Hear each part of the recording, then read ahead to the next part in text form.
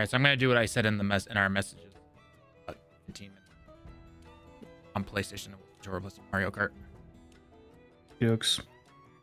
What are you doing on PlayStation?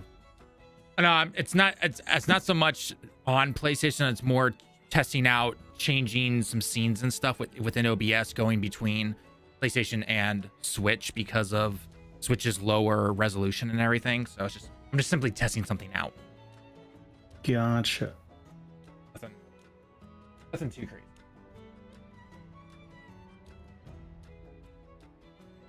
As long as everything is showing up perfectly fine, that's all I care about.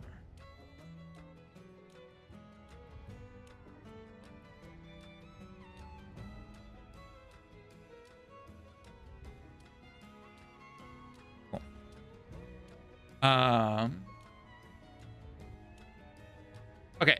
Yeah. Anyway, so tell me what you're about to tell me about Avowed and everything. You were trying it out, and what were your thoughts on it? So I got it on Game Pass, so there's already like a pseudo not, I didn't pay full price for it, so there's already kind of that, lesson in my bouncing off of a game. I have no invested money into it per se.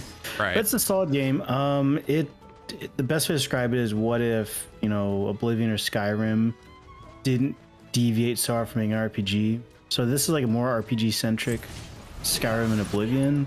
Mm-hmm. The graphics are fine, I guess. It's so bland.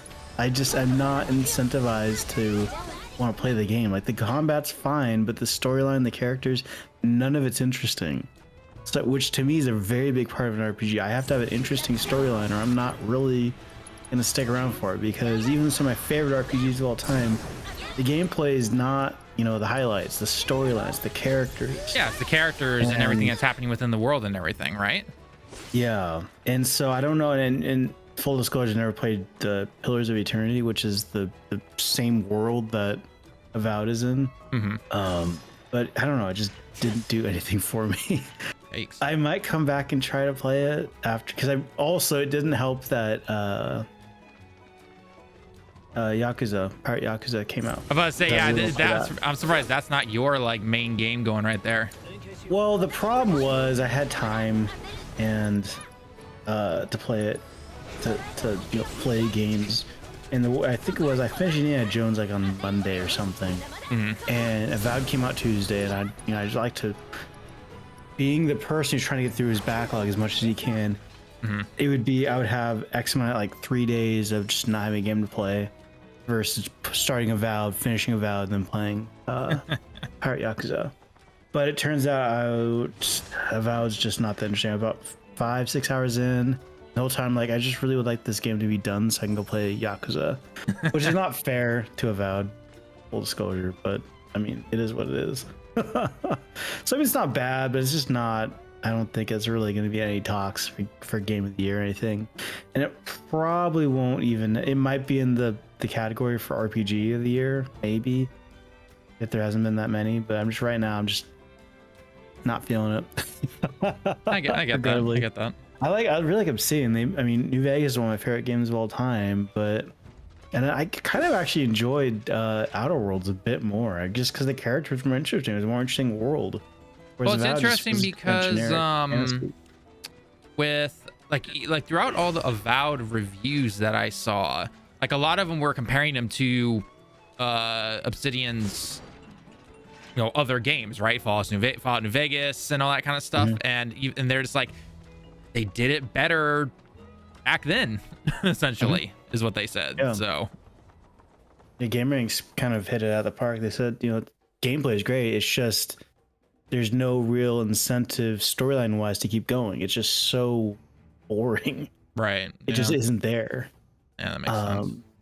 So it's a bummer, because the game has a really solid skeleton. But it's clear they put their effort into the gameplay over the storyline and world, which in most games, A+. That's what exactly you're supposed to. I do not care about the storyline on my Battlefield. Mm-hmm. But for RPGs, it kind of needs to be flipped. Yeah, no, I definitely get that. I think it also kind of sucks, unfortunately, for Avowed, just simply when it was released, right? Like it's not it's not been released in the best of time, to say the least. I think it may have done better in the summer, because it's clear Microsoft wasn't banking on it being some sort of blockbuster because they didn't market it right, like at all. So maybe if this was like in the summer and there wasn't other games coming out, it wasn't the same month as Monhun. Monhun's this month, right? Monhun is this month, but it's not just simply that. I think it's also just the fact that it is also the same. It's the same month that Kingdom Come Deliverance 2 was released.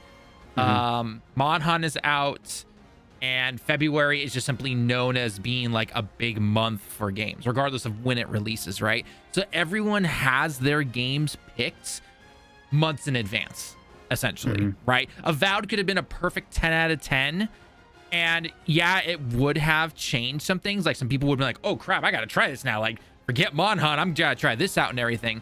But there's simply just, I think, a lot more average gamers, you know, people who again only play 1 to 2 games or something like that, or can only afford that during that month or whatever, and they're just like, yeah, no, I'm gonna stick with this already, essentially. So yeah, I mean, for me, it's just time. It's more like I just don't want to spend the time on. Oh yeah, no, and it's that's exactly what it is. It's time, right? I mean, especially for like even if, whether you're in school or adults or anything like that, like we are, like we got jobs, we got a life, and you know we have other stuff that just has to be done, unfortunately. So yeah, pretty much. I mean, maybe it's the same case as Starfield, where it's like the game gets good after 40 hours. I don't. Yeah, you can't judge until you're 40 hours into the game. So I was generous. I usually do 2. I went 5 on this one. I still just wasn't caring. So then I just kind of turned it off and turned on Yakuza. And wait, is Yakuza officially out now, or is it next week? Yeah, it came out on Friday. Oh, okay. All right, so you should be playing that then. Yep. What are you doing? What are you doing here on stream? You should be playing that game, man. I figured you'd be going crazy. Yeah, so yeah, like I said, I played Avowed all morning. It was a lazy Sunday. Played it all morning. I had lunch, and after lunch, I was like, I don't want to turn Avowed back on. That really says something. Like, again, it doesn't matter how perfect a game is potentially, anything like that, but at least when you're first trying it out, like, I've been in the same situation as you have, like, regardless of what the game is, like, if I simply take a break for lunch, bathroom break, you name it, whatever, right? If all of a sudden the moment I come back and I'm like, I really don't want to play this anymore. Yep. Like that should be kind of telling that it's just simply not for you, right? Not saying it's a terrible game, not saying that it's garbage, you got to return and everything, just simply it may not be for you, essentially. Yep. So, although I guess maybe the return thing might actually oblige there, but regardless, you get the idea. Yeah. I mean, so I have my Game Pass sub runs out, I think in like beginning of March or something. So depending on how fast I get through Yakuza, I might go back to it, or I might just, kill the Game Pass again, and then go back to whatever is coming out in March, because another big RPG is coming out in March. Xenoblade. Oh, that collection or whatever? No, Xenoblade is just it's a remaster remake of Xenoblade Chronicles X. Oh, okay. X, okay. The Wii U one. Which is the only Xenoblade I still have to play for the rest of it. Yes, I think that's the only RPG out in March. I hope it's the only RPG that's out in March. Game's out in March of 2025.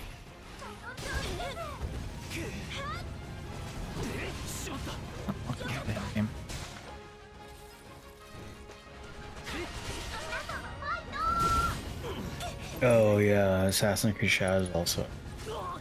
I figured you're not getting that day one though. No, God, dog. I'm gonna wake up once when it's like $40 or even $30. I mean, I So think I what's paid actually trapped 15 on for it, Wii though. U still? What is trapped on Wii U still? The Metroid Prime trilogy. What else is trapped on there? Technically, the Zeldas are Yeah, the Zeldas, HD Wind Waker versions. HD and Twilight Princess HD, which I've been asking Yeah. for months. What else? Stuff. I think that's about it. I really can't think of anything else. Technically, Nintendo Land, Firefox Zero, Devil's Third, which I don't know why people give it two shits about that game. In terms of DOA. I don't even know what game that is, but okay. Yeah, no, Devil's Third was Team Ninja guy. What's his name? Oh, Metroid Hitagaki. Other M is another game that I think that's on the Wii U still. No, is that Other M on the Wii? Was it? Well, okay, regardless, it's still stuck. That's right. It's still stuck Other back there. M. It can remain stuck. I mean, yeah, it wasn't. I would personally never buy it. It was gameplay was never good. So Wii 2010. was it 2010? Was it Wii or I Yeah. could have sworn it was It was Wii, Wii. but okay, it was Wii. Okay, that's right, because they had that awkward thing where you played with the Wiimote sideways, and then but like to use your missile launcher, you had to then like, point twist it out Yeah, and you then twist it aim. out and Yep. point it at it. Paper Mario Color Splash. Paper Mario Colors. That sounds right, but I think it was called that. But yeah, that's another one that's stuck there. But again, I don't think people liked it. So yes, it's stuck there, but it's like the Devil's Third. I don't think anyone's really clamoring for it.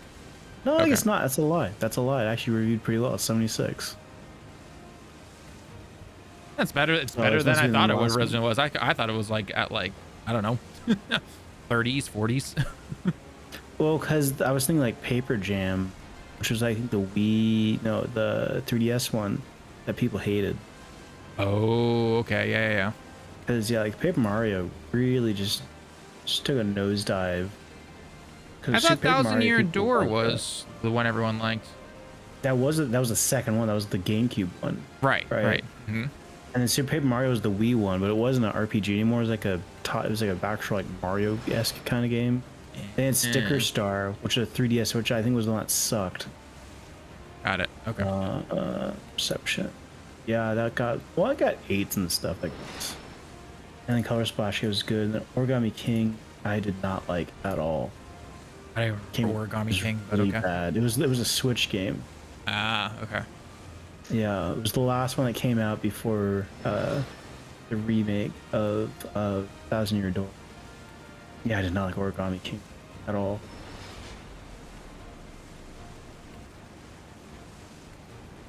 And technically speaking, I mean, you have Smash Bros. That version of it. Oh, well then, yeah, you could technically say it again about every Smash Brothers. The N64 version stuck on the N64. Melee stuck on, well, the Wii technically as well. Isn't Smash Bros. N64 on Nintendo I don't 64 think thing? so.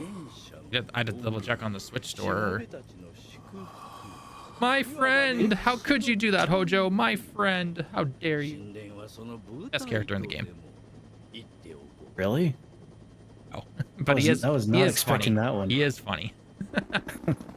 Fucking Hojo. He's Oh no. Well, no, you know who I'm talking about, right? Yeah. Yeah. I know exactly what you're talking about. The my friend guy. Yeah. And that video actually did pretty wait. well on our channel because I literally just put on the thumbnail. I just simply put my friend round 2. People knew instantly what it was.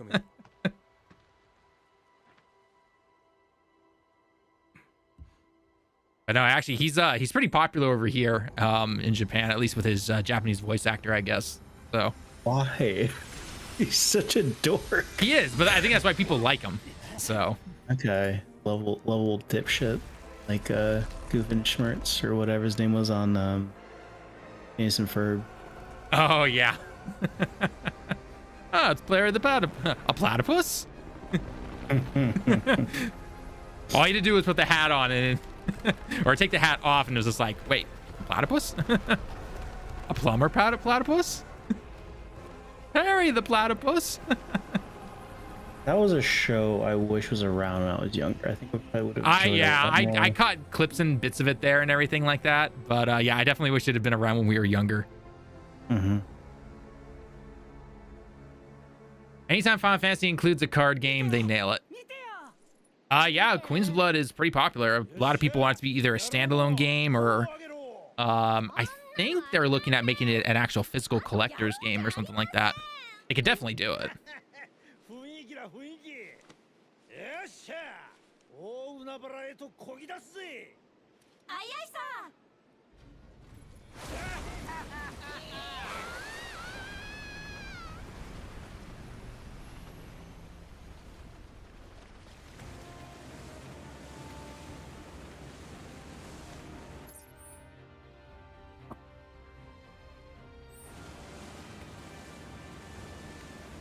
Have some FF8 triple triad cards.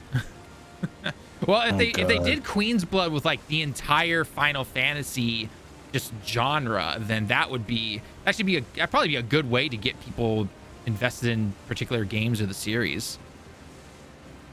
That actually wouldn't be a terrible idea. As long as they put like on the card somewhere like, hey, this is where it's from.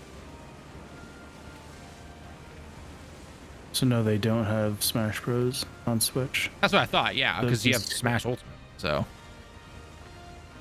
why would I want to play Ultimate when I can play the GOAT, the original? Come on. The original, I definitely have fond memories of the original. I don't like the original one very much. It does not hold up at all. Oh, I'm sure it doesn't, but I still have fond memories of the time when I was, 8, 9 years old playing the game. So. Oh, I mean, Melee's still the best one, so. I mean, yeah, you're gonna have people who will say this one's the best, this one's the best. So. Oh, it is objectively true. That is the best one. I mean, we have Magic the Gathering Final Fantasy cards now. That is true. Yeah. They, I think they release in the summer when they release. Yeah, they're in June, and the prices are exorbitant. Oh, I'm sure they're going to be absolutely crazy. It is so greedy. It's like $70 for a pre-con deck, which are normally like $40. Mm-hmm. It's like $180 for a booster box, and I'm like, man, any hype I would have had for that, which is not a huge amount. I'm not that big in Final Fantasy. I was about to say it's gone. Let's be perfectly honest here. Let's be perfectly honest here. You were never going to go out and spend money trying to get every single card from that collection. No, God, no. Well, if the set, the booster box was around 100, 120, I would consider it. And if the Final Fantasy X pre-con was around 40, I'd probably buy it. But because that's not the case, I'm not gonna buy it. Simple as that. I haven't bought Magic cards in forever. Last time I actually bought cards, I think, was back when I was like 19. So. Well, I want to talk about another hobby that's getting stupid expensive. It is Magic. Yeah. Magic, Yu-Gi-Oh, Pokemon cards for those who actually do play. TC building. What's next? Watches, it's like models and stuff. Like I mean, dude, models have been expensive forever, though. I mean, don't you remember out here in Tokyo when I took you and we stopped by and saw some of those like models into display cases and everything? Like, dude, those things get effing expensive. It's ridiculous. Like, heck, I mean, so those models are obviously found in your typical stores, like over in Akihabara and certain, like, like the Square Enix shop and everything like that, just as an example. But I can go into a convenience store. So let's just say 7-Eleven, Lawson, Family Mart, right? And they'll have a little like card thing that I can then buy a figure if I want, and then it gets mailed to you essentially. And so why'd you have to do that online then? Huh? Because those are for like the newest ones and everything, like older ones and everything like that. Sometimes will get, or they're not as popular. They get thrown into almost any store that you can buy essentially. So, but regardless though, those things, like, you'll see those prices and they're like easily $100, $200, like minimum. So on a 7-Eleven to go do a mail order for a statue.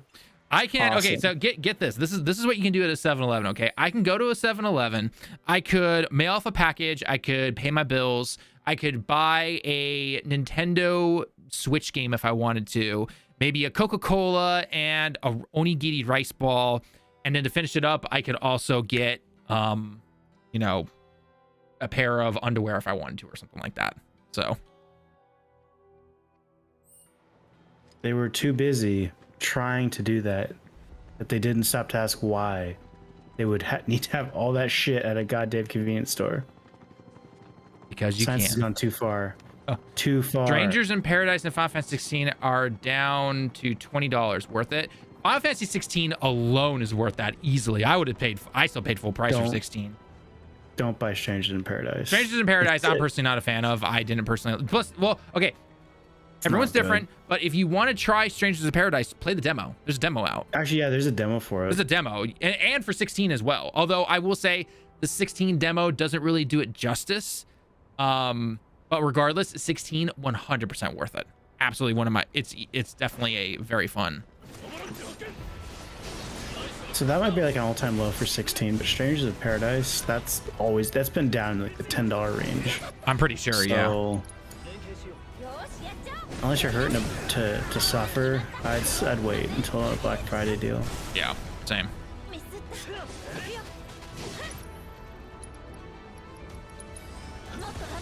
There we go. All right, got the plasma discharge going with Tifa. Ow, flamethrower's hurt. Aha! There we go. And now just let the damage roll in.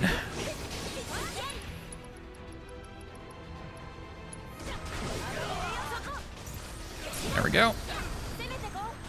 Leave some orbs for you there. Let's get Aerith.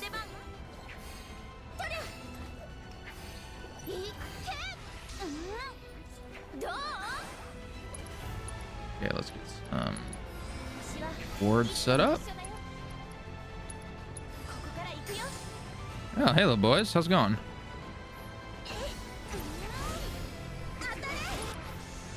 Ow.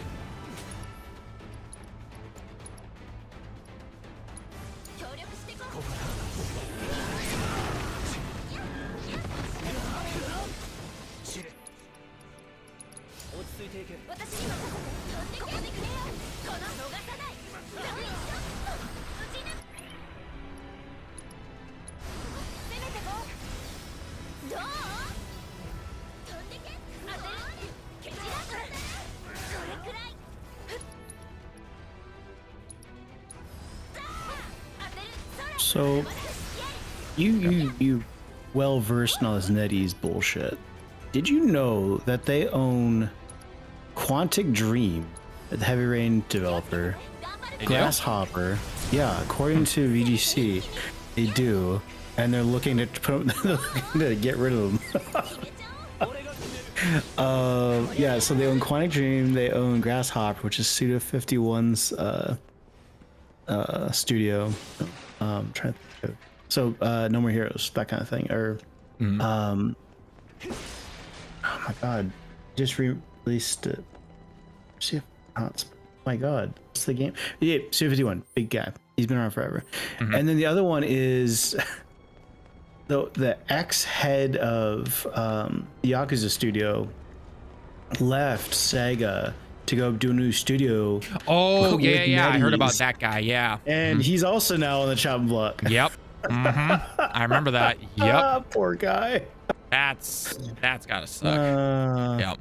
No, the thing with NetEase is, for anyone who doesn't know, they're, what's the technical term? It's not divest. Is it divesting? No, they're divesting. Yeah, they're divesting. They're which is the Enix. opposite of investing.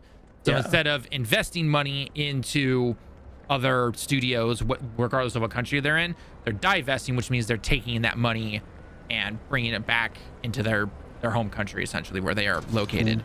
I mean, we saw this last year with Visions of Mana, where like as the game was releasing, they shut down the studio that was working on it. So yeah, that should tell you everything right there. And they are not going to be done. So like when we saw all the Marvel Rivals stuff that we saw this past week, like keep expecting that going forward. Like for projects they're working on and all that kind of stuff.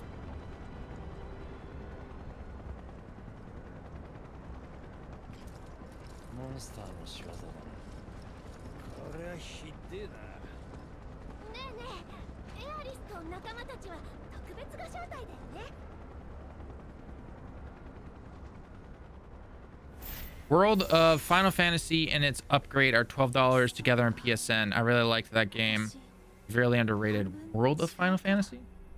I don't remember what that game is. Yeah, it came out a bit ago. It was a PS4 game. It's like a monster collecting game. Surround, with a bunch of like chibi Final Fantasy characters and monsters and stuff. It's not bad. It's not a bad game. Okay. Nothing special, but I wouldn't say it's bad. I mean, it's a fun little romp, especially if you're a diehard Final Fantasy person. Okay.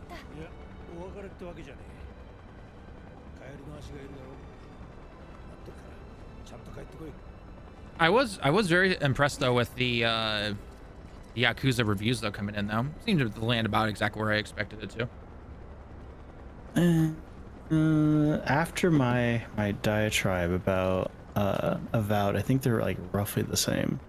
No, you know what's worse? No, it's actually worse than that. I think Avowed it's is 80. Avowed is 80. And Pirate Yakuza in Hawaii is 79. That's kind of chuffed. There's something wrong with that. Well, hell, like VGC gave Avowed a 4 and Yakuza a 3. I'm like, what in the hell? I mean, obviously they're probably just two different reviewers, but Jesus Christ, you guys. Well, I'll say, yeah, you always, I think that's one thing a lot of people never do is regardless of if it's a good or bad score, people need to realize that who reviews the game and also look at what they've reviewed in the past. Like I've seen some reviews where someone will give a game like an 8 out of 10, but they're known for reviewing other like sports games or just these random games that are not even close to what those are. So, my friend.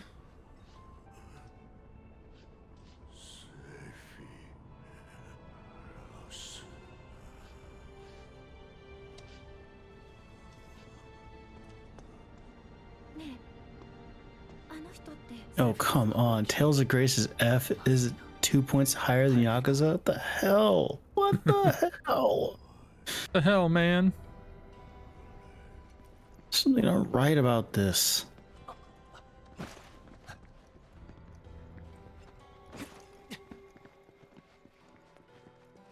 Like IGN and Sonic. What did I for like what Sonic and Shadow? The Sonic and Shadows game that came out.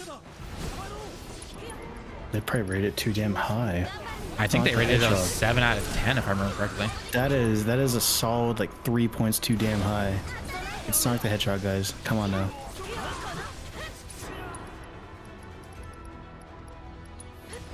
Reviews. Game. Oh yeah, IGN got it right. 8 for Yakuza and 7 for Avowed. IGN historically hates Sonic. I mean, again, it all comes down to who reviews it. And then that's with any... This is one of the few times they're right. Sonic generally sucks. It's kind of a trash franchise overall. I mean, it's basically... It was Generations again with upgraded graphics and then the Shadow stuff added on. That's essentially what it was. So...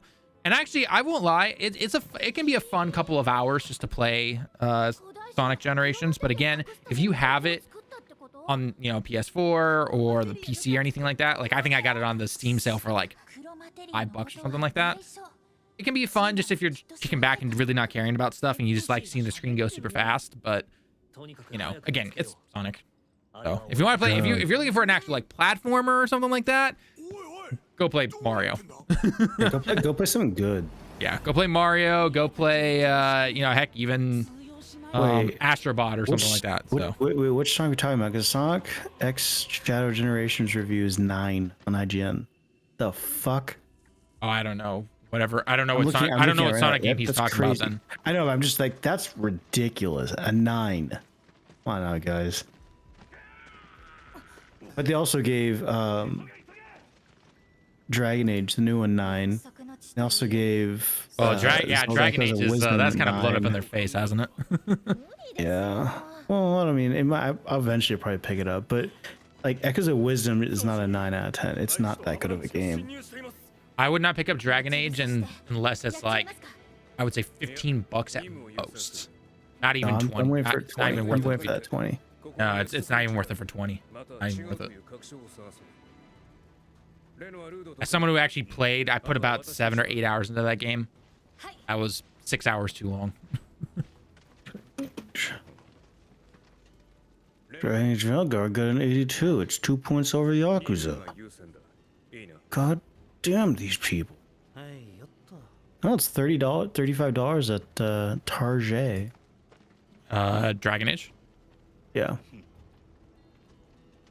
Now it's 50. So who's lying, Metacritic? I'm surprised they didn't get reviewed bombed even more. Oh, you know those Gamergate kids. Yeah. They have the attention span of a monkey. So it's That fine. they do.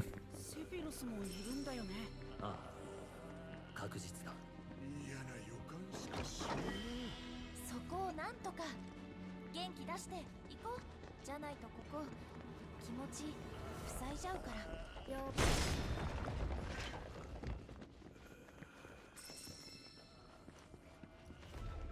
All right, once I get to my first save spot, we can hop into some Mario.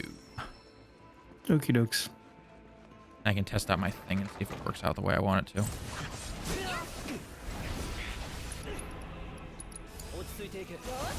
Oh, not the frogs, not the frogs. Hate the frogs.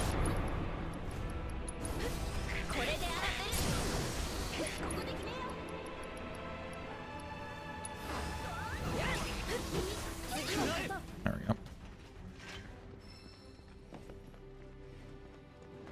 There's one enemy I absolutely hate in this game. It's freaking frogs, man. Yeah, they're pretty annoying. Although I guess technically I need to clarify that it's not just them as enemies, it's what they do as their singular move. Yeah.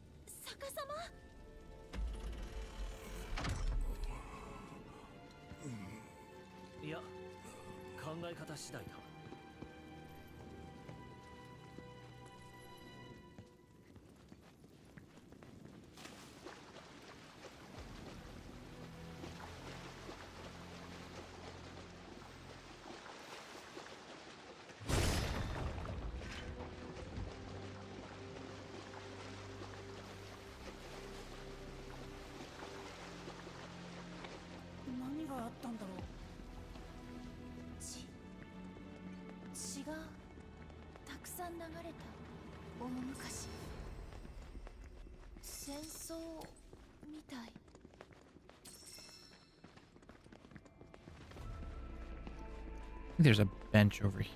Oh, once I... Good now.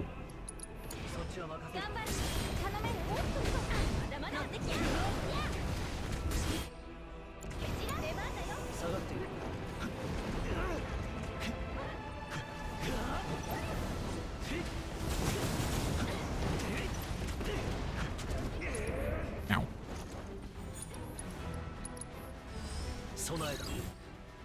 I'm not clean.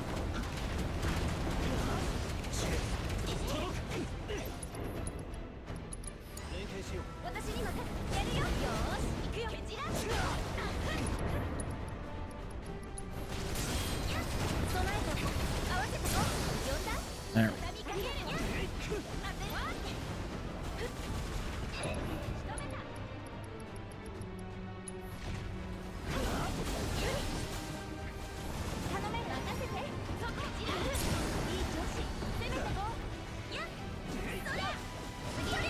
There we go.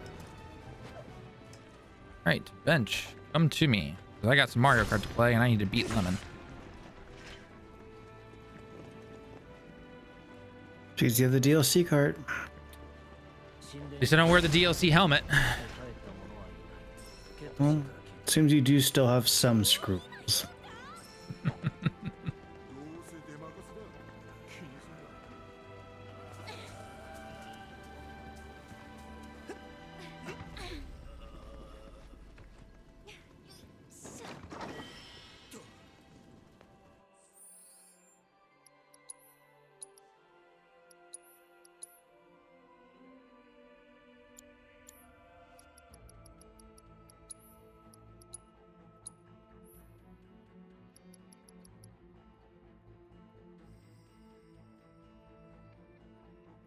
Honors. Oh, yeah. Okay, I remember it.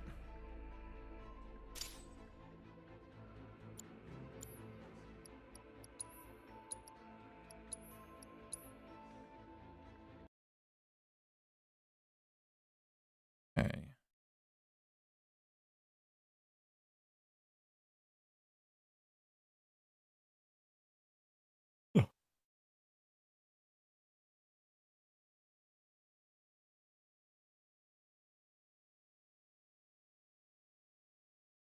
Oh, it's because okay, so I just have to do that setting. All right, that's actually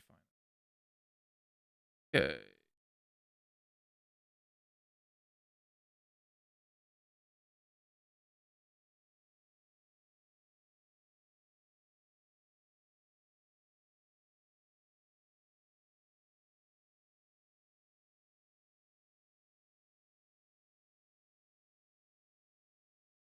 Oh, oh.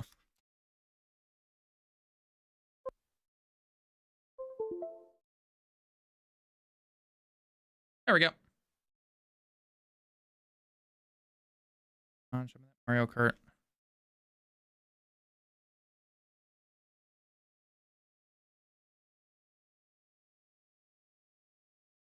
Wait. Oh no, it's that's what it is. I always forget which number it is. How? Just memorize this stuff, guy. I know. I don't shift. I don't shift in between. That's why I'm trying to get used to it now. So.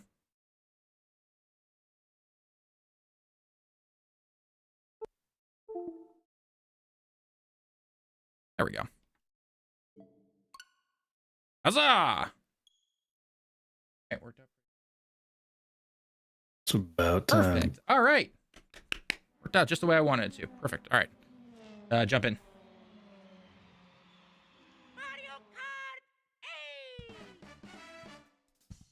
Wait, did you already join a race? No. I'm in the game right now. Oh, So, okay. Well, yeah. then. And it shows friends online 1, so we're not having that crappy thank God. internet thing that we had that last time. God, that was a pain in the ass.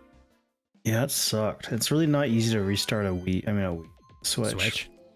Went from game of the year to game of the last 2 generations. Yeah, pretty much. Pretty much. Yeah. We gotta get some races in here with Lemon. So, do you want me to join or you to join? Right, no. You can join. I'll be right back. It's my one bathroom break, so I know how this shit goes. Oh yeah, that's true. Yep, exactly.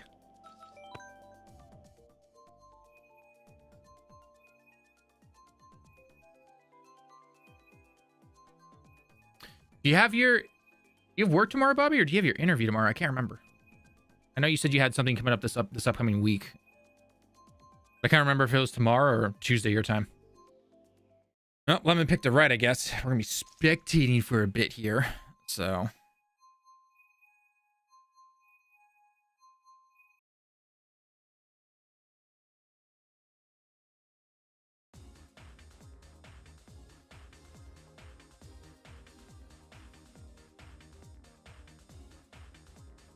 Interview Tuesday. Okay. All right. Cool. Well, I still wish you good luck if I don't talk to you by then.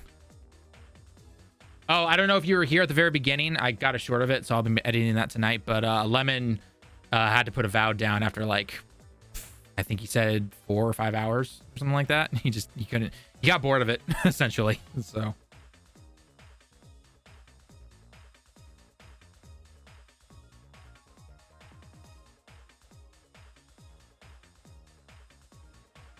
Talk to a non-profit about volunteering tomorrow, hopefully. Nice. Way to spruce up that resume and and be like, see people, I'm good.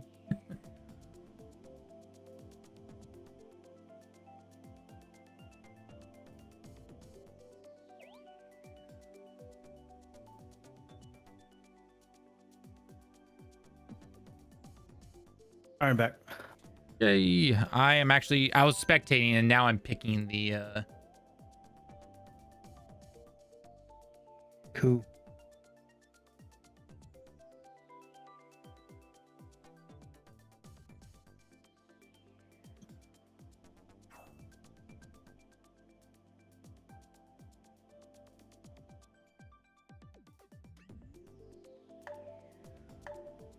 Oh man, I'm spectating.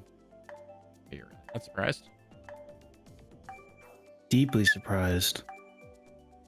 Well, considering the Alright, fact man, that I was spectating and now I am actually playing, so I know I need to give it more time, but I played about half an hour and it's kind of boring. Lemon, correct me if I'm wrong. You put 5 hours into Avowed before putting it down? Yeah, 5 hours. 5 hours. Okay, and yeah, that's what I thought. it doesn't get any better. Like it has a solid skeleton, but it is. You said it was. You said a lot of it was like the story and just how. Yeah, it just there's nothing will grab you. The storyline is just super bland. That definitely falls in line with what I saw with other reviewers that are not journalists, essentially. So, yeah. That always. Again, it doesn't help that I really want to play Yakuza also. Well, again, it's just like we said though. When February is known for a lot of these games coming out, and then people make their choices already, it's very hard to get them to move away from that to go try out a game, regardless if it's on Game Pass or not. And you only can play Avowed on Game Pass if you have Ultimate, and we know a lot of people did not like that change. Taking day one, I mean, we know why in terms of business and money and all that stuff, but taking off day one first party stuff from Game Pass and only putting it on Ultimate, and then increasing the price, like that's a good way to get people to A, not keep Game Pass, and B, not have people play your game. So I feel bad for the people who paid full price for Avowed. I mean, everyone on Steam did, right? Although I think it hit 17,000, I think is what it hit on Steam. I'd have to double check unless Bobby has a computer next to him. Top sell. It's currently 7. But is that for like what, the month of February or what? I don't know. It's just in their list. It's just trending. Oh, okay. I feel like that happens with almost every with every new game that comes out. I will say though, everyone always talks about how buggy it is. I didn't see any bugs. It ran like a Unreal game, but it really wasn't too buggy. I will say though, the default, because you know how games always seem to default to quality mode, the visuals and stuff. Oh my god, it is an awful first impression, because it's just like, why does everything feel so goddamn jerky? Like it can't even hold a solid 30. It is bad. Wait, what'd you play? What'd you play it on? PC? My Series X. Oh, okay. On console. And it's funny. I have Ultimate. I could play all these games on my PC, but I never do. Oh, that's because the Xbox window client thing is trash. It's not that bad. It's bad. Like it's epic. It's not good, dude. No, it's not. It's not that bad. Calm down. All right. So it's really shitty about it though, and it reminds me of like old PC games. So I would go to change it, you may need to restart your game for some of your features to, Something else, yeah. To work, to update themselves. And I thought, okay, cool. I'll save my game and I'll restart it. That was not a suggestion that it's gonna update when you do restart it. It is, I'm restarting your game right now. Oh jeez! So it just up and restarted the game. Restarts the game. Okay. Yeah, and it wasn't even. It was a really hard reboot because it goes to a black screen. It sits there for a solid, like, uncomfortably long, like 10 seconds. I thought my actual console crashed. Jeez. I'm like, what's going on? Daniel, hi. How's it going? How are you doing this fine Sunday evening / Monday morning, afternoon, depending on where you are? Avowed feels like it would have been awesome if it was made in 2017. I mean, didn't you? That's literally describing, I think, that style of game. And people said the exact same thing about Starfield, didn't they? Like Starfield feels like there hasn't been like a RPG like a Bethesda style RPG, lack of a better phrase, since Skyrim, really. I mean, there's Fallout 4, but that was not really any better than Skyrim. And I mean, there's Outer Worlds. Okay, I'm gonna say something that I don't think it'll get me in trouble, but I think it will show that I really just don't care about Bethesda style games. That style of game, that hit its mark at that particular moment in time for gaming, and it has not evolved since. And people keep hoping it will because the modders are able to fix certain things, but overall, it's just. Well, no, it can evolve. It just hasn't because no one's done so. Right, and Todd's not going to. Well, he just really want to make Indiana Jones, all right? He didn't really make much of it though. That was no, he did. He was the. So in the credits rolled, he was the first name. Oh, is he the first name? Seriously? Yeah, the first name in the credits. And those credits are a solid half hour. Like a real movie. Turned off my controller turned off twice. Controller turned off twice? Damn. Yeah. And it stopped the credits too, because like, you need to plug your controller back in. I'm like, what? Oh my god. That's honestly kind of sad, but also kind of funny. Like, I don't understand, like, my controller turns off, that's fine, don't worry about it. It's just credits. No, it stopped them. It's like, hey, put your controller back in. You gotta watch the rest of the credits. They're not interactive. You don't do anything. This isn't like the Smash Bros. Credits where you can shoot the names and stuff. Oh, Nothing's happening.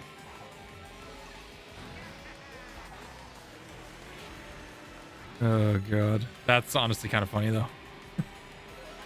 I felt like I was.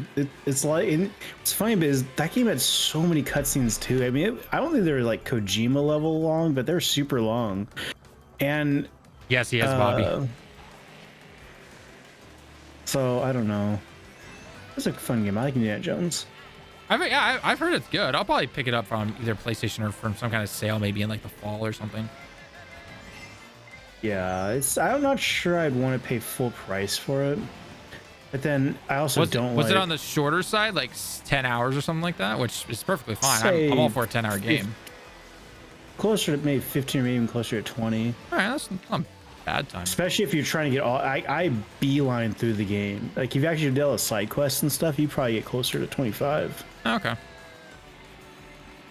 I didn't because it plays like a 2007 era FPS kind of like stealth-ish game, which I wasn't about back then. I'm still not about now. But God, did I love playing Indiana Jones.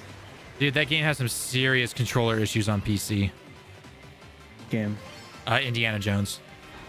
Controller issues? What? So him playing on PC, apparently there's controller issues. I don't know what.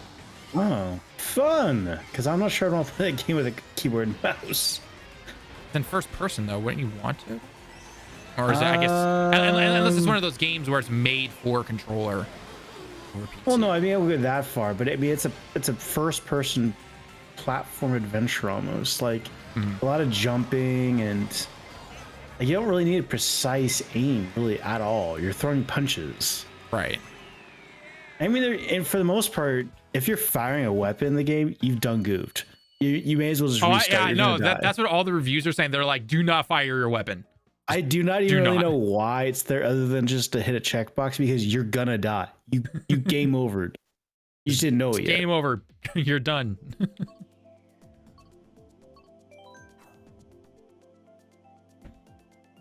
Like there's been a couple times like, oh, I'm just gonna, because I think it was in Egypt. I was like, I'm just gonna shoot my gun. You know, there's not really anyone around. I mean, it's a big old desert. No one's gonna hear me. No, everyone on the fucking map heard me. They'll come chasing me down.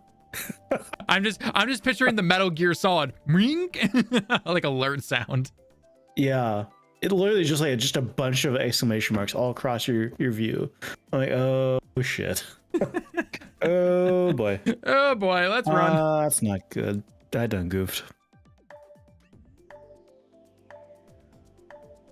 Weirdly, no, but like my 8-bit controller works perfectly for every other game and won't sprint unless I hold the stick down.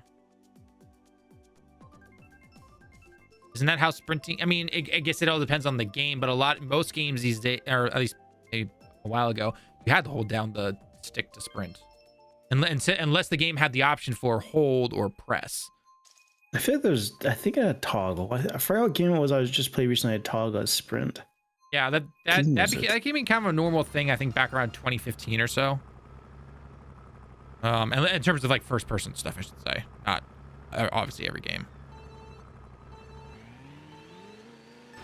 Who's Yakuza? One of the games I used to play had that immersive option.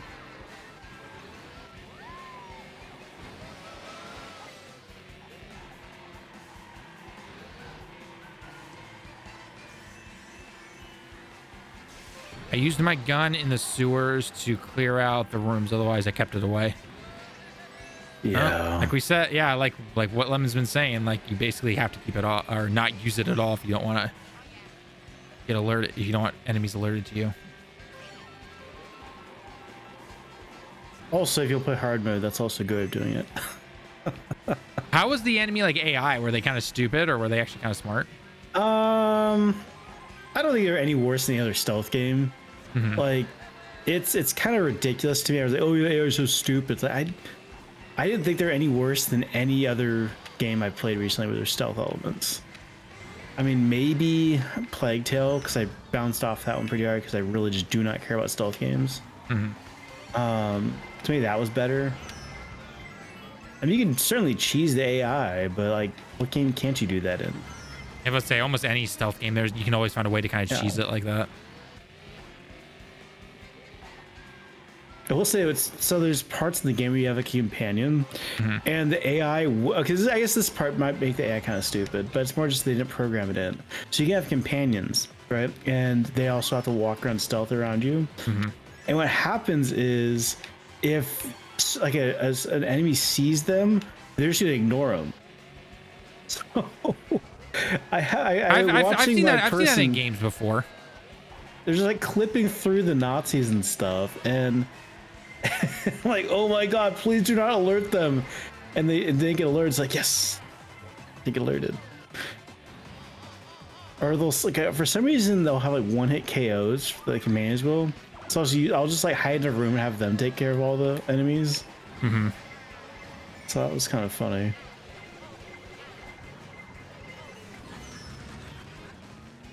Well, that did not go the way I thought it would. Did you by chance lose? 8th place. Holy crap, you got did. 4th? Oh god, the world's coming to an end now. Everything is as it should be. Oh, no, it's not. No, it's not.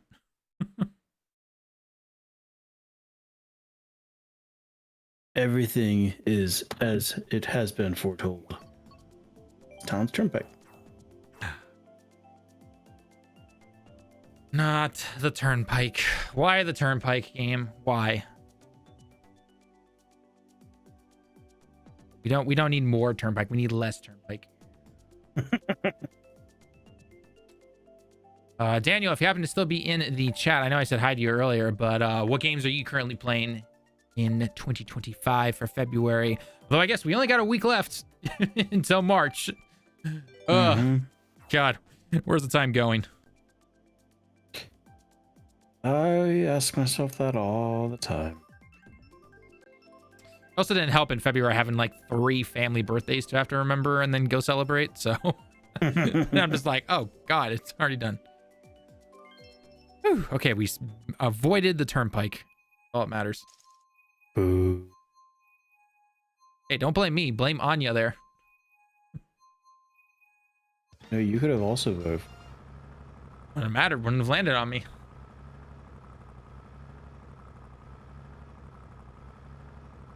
Also, someone's copying you. They got PD Piranha. I don't think it's me getting copied as much. There's 4 Yoshis. Yeah, but at least there's different colored Yoshis, and that's kind of normal within the Mario worlds. But the Piranha King, yeah, I don't think so. Look, they just like good characters, right?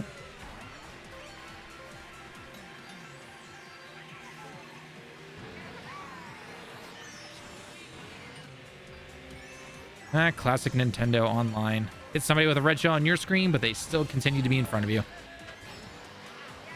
That rollback logic. Yep. And I'm sure the Switch 2's online will still be exactly the same. Why fix what ain't broken, right? Yeah, totally.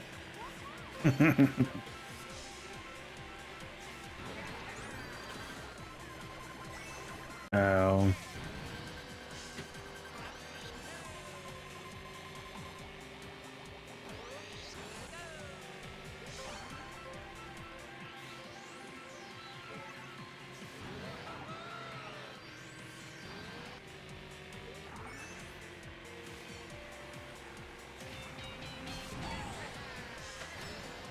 Oh, there's a lot of you behind me.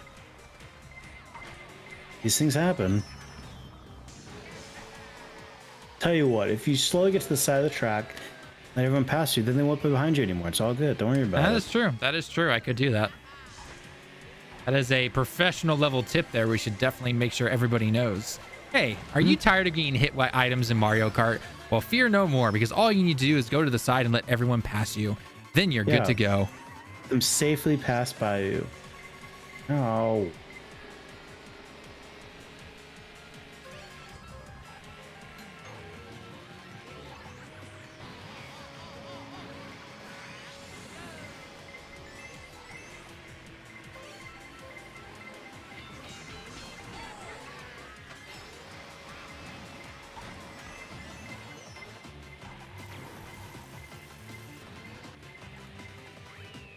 Seventh. I literally cheated through the fucking track and I still got 9th. At least I beat you, so I mean that's all good with the world then. I goddamn cheated and I still got 9th. What is wrong? That's too funny.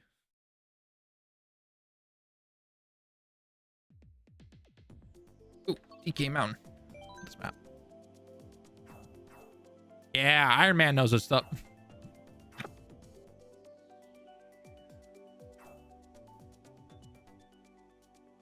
Got almost a 50-50 chance of getting it, hopefully, or maybe at least 30%.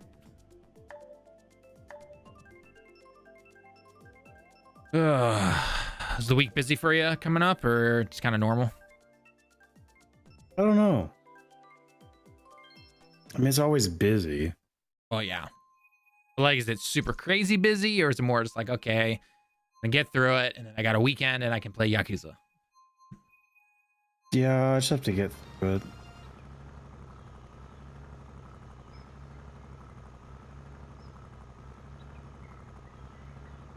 I mean, last week, I think most of my nights were taken up. Like, I really didn't have late nights at work and stuff, production support. So I'm hoping it's gonna be less busy than last week, but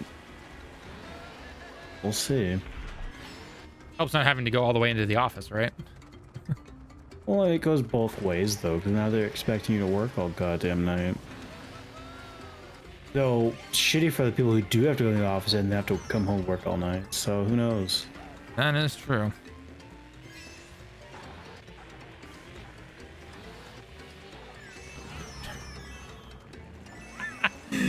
That would happen. Drive off the edge? Nah, I was holding onto a bomb to kind of throw it in front of people. I was in 10th place because I got hit when I got it. And I was like, okay, I got a good angle. I should be able to hit people in front of me. And it bounced off of the bumpy road and just bounced back and hit right in front of me. And I hit myself. So these things happen. Yeah, they do.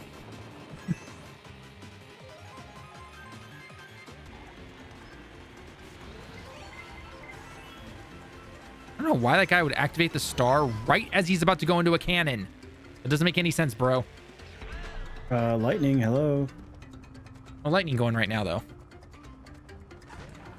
No one expects the lightning, guy. It's like the Spanish Inquisition.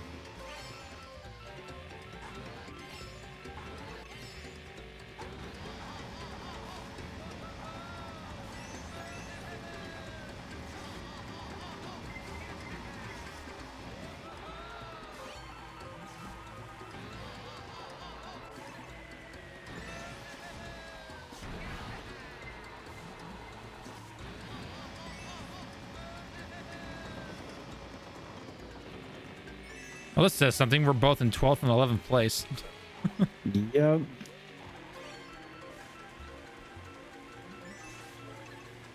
Can I not get golden mushrooms anymore, game? Please? Golden mushrooms suck. Would you rather have nothing? I mean, no, but at the same time, yeah, kinda.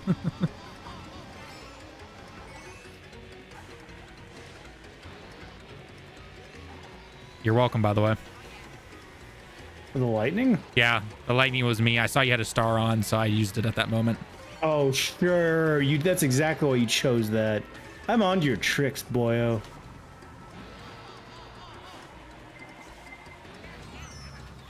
Ow. Run game. Oh, God. That was a terrible race.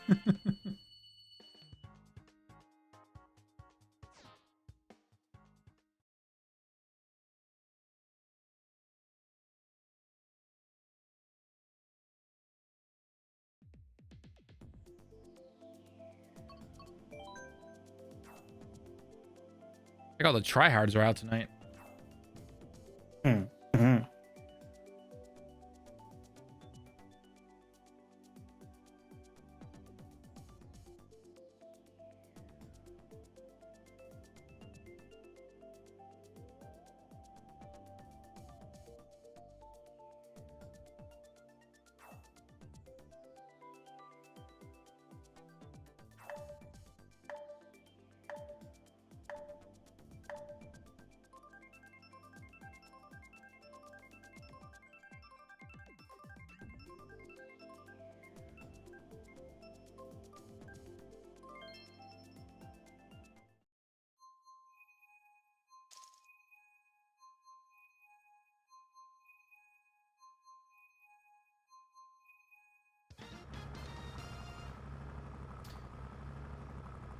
It's been a while since we've been here. Take it over the umpteenth billionth time going into, you know, the same 3 maps we always go into. I think we go this one a decent amount, but yeah, it's not as bad as the other ones. The other ones, we know just how bad it can get. Yeah. That'll be the nice thing about Mario Kart 9 or X or whatever they come out with next is, for the most part, we get to refresh our, oh God, we don't have to play here anymore. Watches the game it's gonna be like Ultimate, where it's just a bunch of the same tracks. I mean, it wouldn't surprise me. They could definitely go down the Ultimate route, but...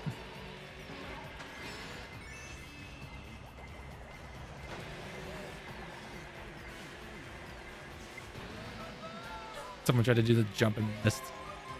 Oh, that's too funny. Wah wah.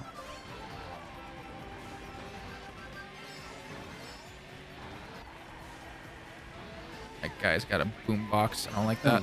Bitch. Kind of worked out for me, actually. Yeah, I saw that coming, you stupid worm.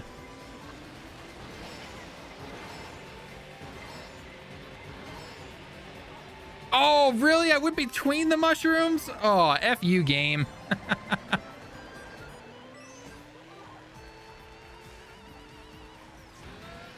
Lovely, we're on 11th. God, I'm doing terrible tonight. These things happen.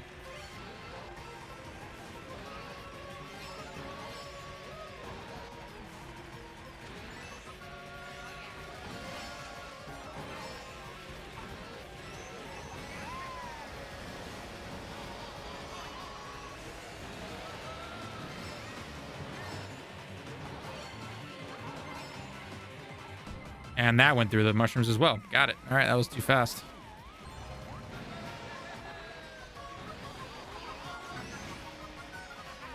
And fuck this game. All right, I guess I'll take 6. I got lucky with the mushrooms. Fuck this. It is definitely not being our night. I say 1 or 2 more, and then we'll cut it early to discussions. Cool. You have to work tomorrow anyway. I do not have to work tomorrow. Some people have all the luck. Depends what you consider luck. Not having to work tomorrow. Yeah. I feel like that's kind of a given based on the context. Yeah, but you know, it doesn't pay off in other ways. So.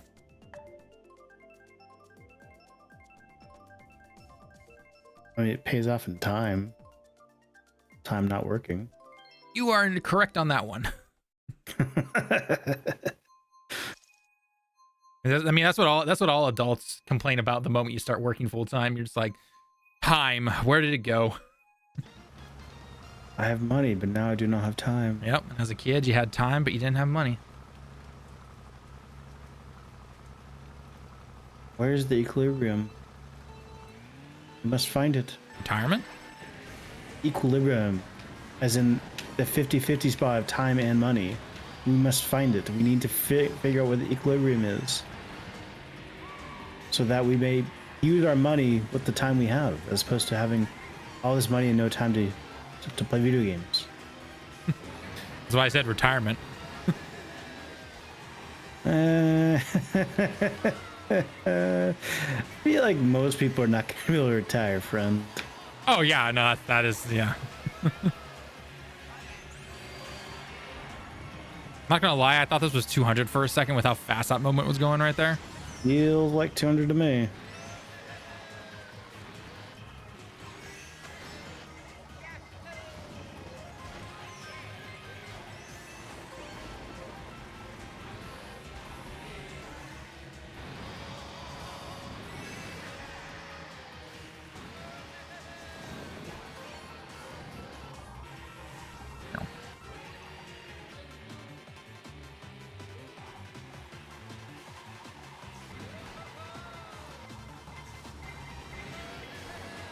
Why no, the rain. I dodged the bullet bill, but not the rain. The rain is the ultimate enemy in this. Well, the rain doesn't do anything, does it? Makes it slicker. Does it? I mean, theoretically it should. Well, yeah, I feel like it really doesn't, though. I know in 200 it does.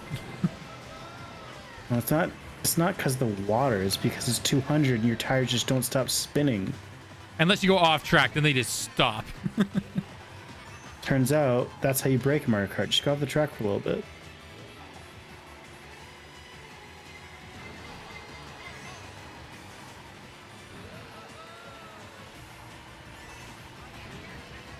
How is everyone getting effing stars like no tomorrow? As I get double stars, but it doesn't matter because we're near the end, so. All right, I got one more in me because this is just... this is soul crushing tonight.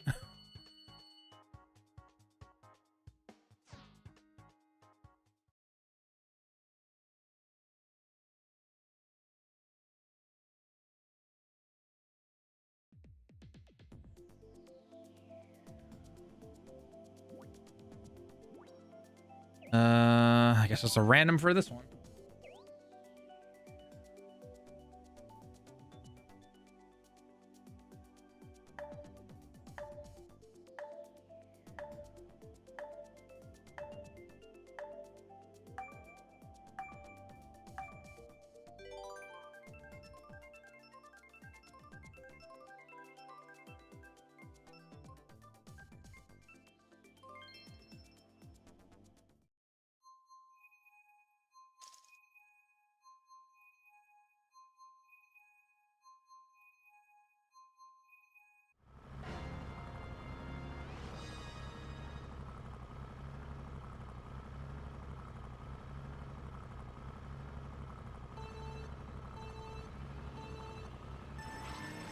Wow, this is going to be our last map. All right, depending on what we get next, that might have to be this one because I am not a fan of this map personally.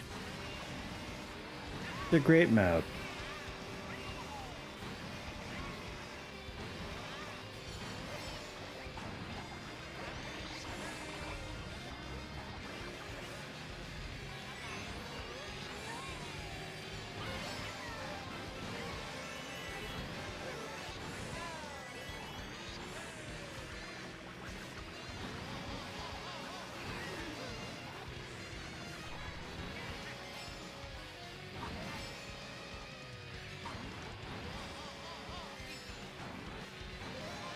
Great, I cannot get in front of this guy because he's got a red shell. If I get in front of him, he's just going to hit me. Should get in front of him. I'm thinking no. Fortune favors the bold. A man would do it. Man up, boss. Man up, buddy. Ah, Waluigi's stealing my double item. And he has a red shell too. God damn, I can't get in front of him now. Oh, did I knock him off the edge? Oh, let's go. I did. Oh, that's way too funny.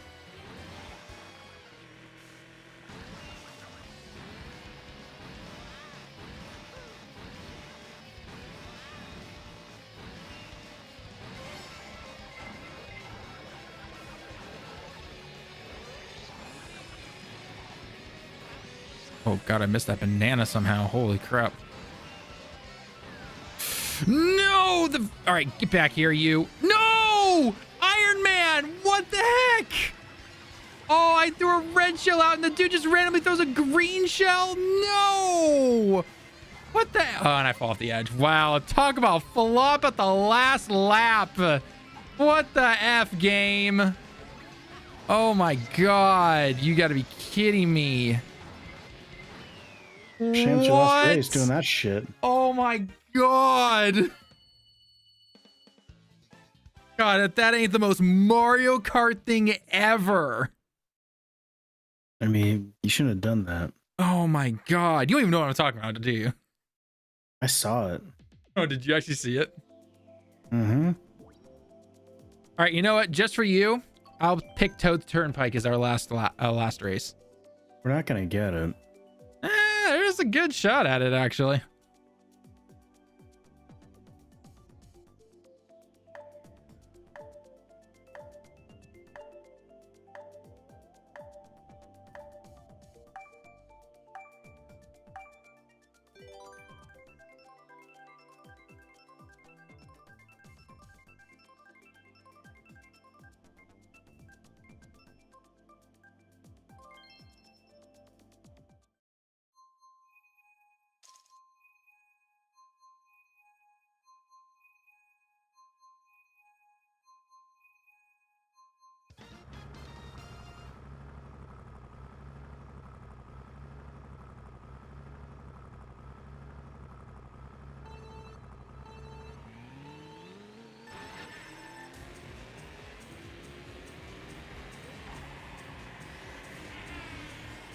Should have played rifles.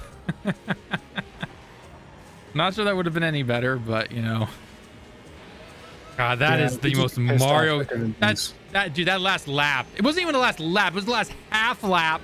That's just the most Mario Kart thing ever. I mean, that's what happens when you lead the pack most of the race. I wasn't in first though. That's the thing. I was on the tail of first, and the moment he hit me with that bomb, that I tried to get out of the way. Well, I mean, close enough to first.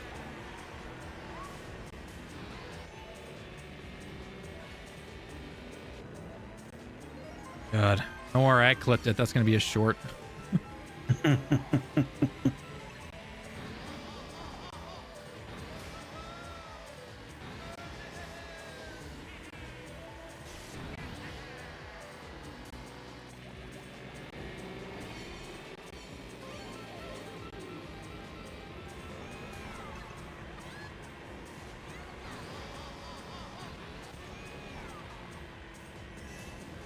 I got everyone hit that same exact truck. Well, because they lined up just right.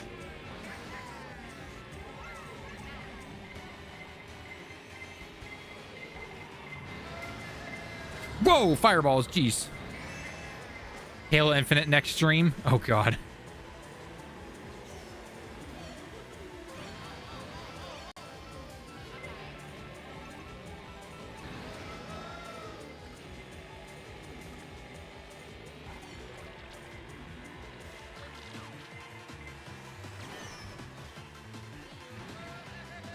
I am not sorry, Yoshi.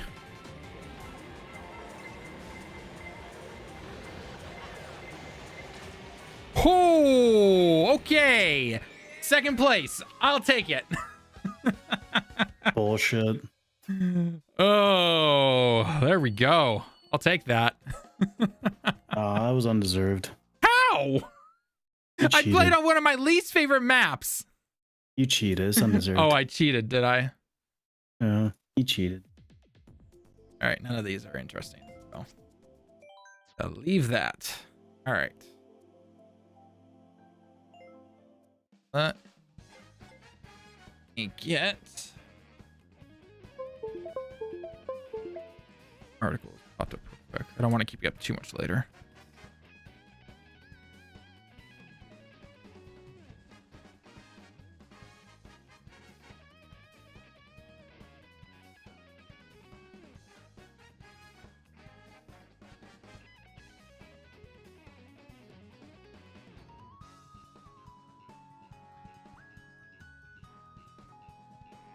Let's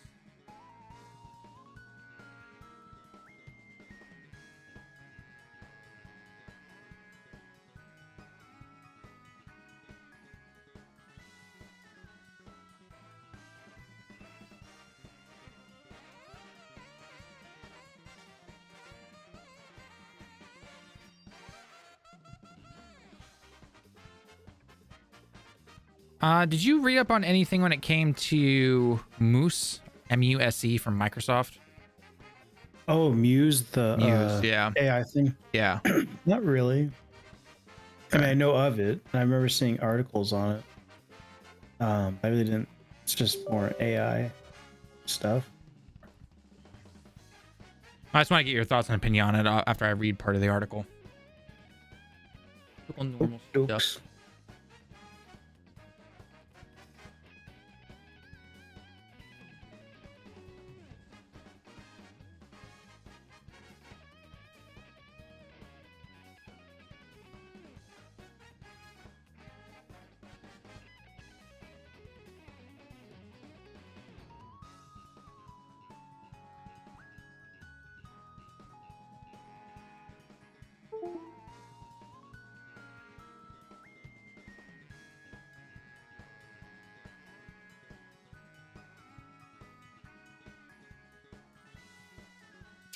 Hey, thanks, Big Mar, for the sub over on YouTube. Much appreciated.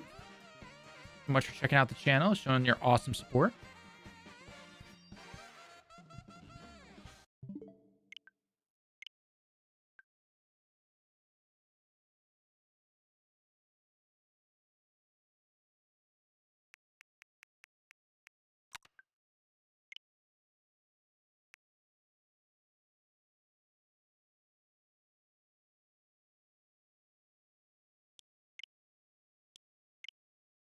I'll turn it off. That way we don't have to deal with any more of that stuff in the...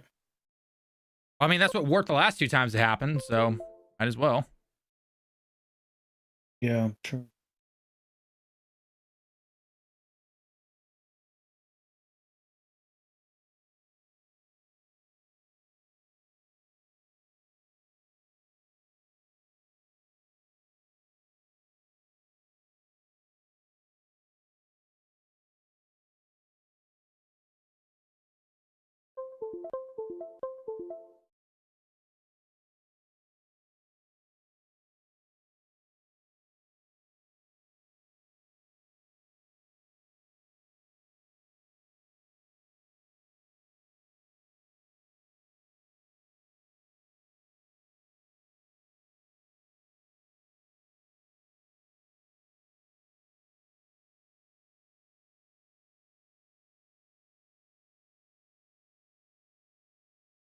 And as always, you got to make sure that it's actually going to record.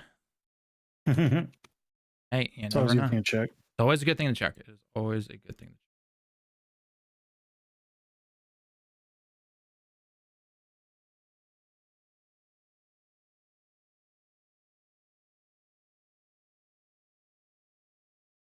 All right, it's going.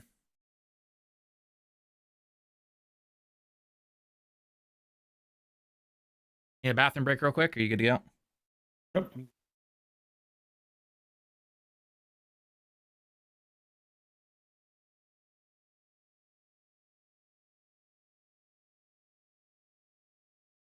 I actually have the mouse on the other end so that I can actually scroll on the article.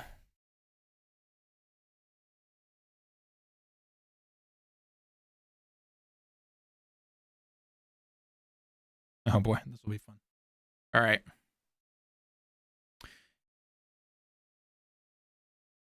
You know what we need in our gaming more and more these days, especially AI. At least that's what Xbox and Microsoft are thinking. If you guys have been living under a rock, then you might not have heard that Microsoft's dipping its toe into the AI biz. I mean, what giant ass company isn't, am I right?